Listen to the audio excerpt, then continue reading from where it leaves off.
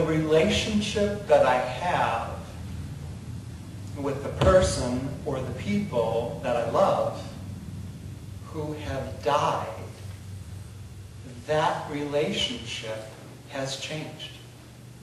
It has to.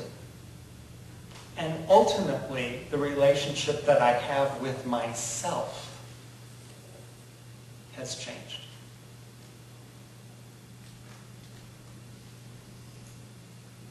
But interestingly, despite the fact that those of us that are here today are either directly connected to the death of someone that we love, or we're here in support of someone.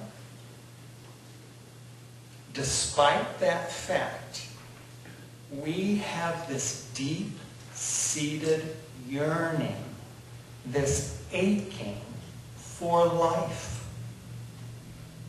Even though life has smacked us down,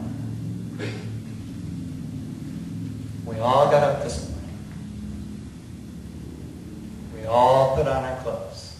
My hunch is most of us even brushed our teeth. And we got ourselves to this church. Why? Because we want life.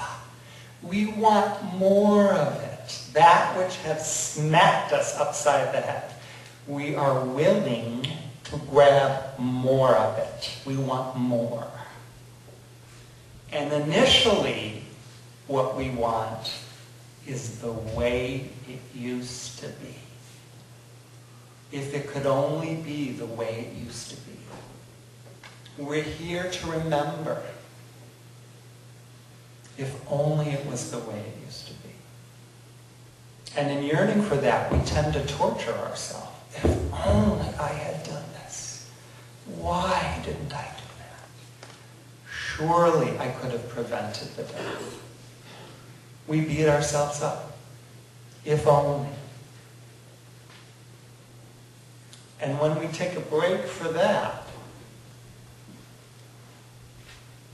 we play the I would do anything game. I would do anything to have him back. I would do anything.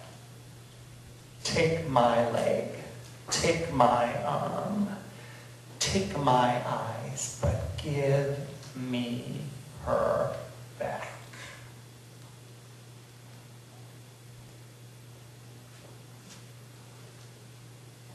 And the conventional wisdom that we unconsciously inhale is that the solution to our problem, because they see it as a problem, but the solution that we've come up with to our problem is that we need to keep busy. Don't think about what happened. Don't talk about it. Whatever you do, don't feel the feelings that are bubbling up. Resist it. That's the solution that we're offered. Resist it. Resist the pain. And after doing this for 20 years, what I've decided is to think about that message as coming from people that are very ignorant and very innocent. And by ignorant, I don't mean that in a judgmental way. It's a very innocent ignorance. That the, quote, solution to our, quote, problem is to keep busy. I am suggesting and I am offering another way to look at it. Another way. For me, the conventional way didn't work. There's a quote I love. It's from Leonard Jacobson in his book, Words from Silence. And the quote is, "The only way to light is through darkness. The only way to light is through the darkness." And then he adds, do not be afraid of the dark. And I would suggest that most of us, if not all of us in this room, have experienced a darkness unlike anything we imagined possible. And I am suggesting to you that the only way is to go through that darkness. The light, the life that we are searching for, that we are yearning for, is found through that darkness. So this is the suggestion that I'm offering. And it is that we surrender. That we surrender to our life. As opposed to fighting it. As opposed to resisting it. As opposed to being at war with life the way it is. Can you surrender to it?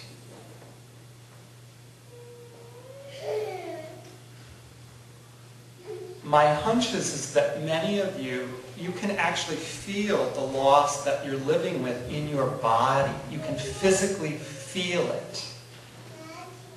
The energy that's required to sit straight in these pews may be exhausting you.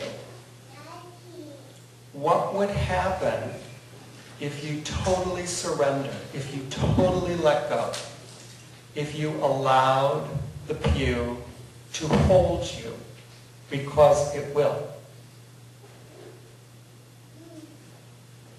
So what I'm suggesting is that you think about surrendering and that you think about allowing. There's another quote that I love from Eckhart Tolle in his book, The Power of Now. And it is counter to everything we inhale in the United States of America in the year 2009. Eckhart suggests, do not resist the pain. Do not resist the pain. Allow it to be there. It's going to be there whether you allow it or not. Do not resist the pain. Allow it to be there. Surrender to the grief, to the despair, to the fear, the loneliness, or whatever form your suffering takes. Witness it without labeling it mentally. Embrace it. Then see how the miracle of surrender, transmutes deep suffering into deep peace. This is your crucifixion. Let it become your resurrection and your ascension. The energy and the effort that is required to resist and to fight what is in our lives is debilitating. What we need to do is we need to open up a space so that something new can come in. And when we surrender, then something begins to bubble up. Very, very subtly, a shift begins to occur. And the thing that begins to bubble up,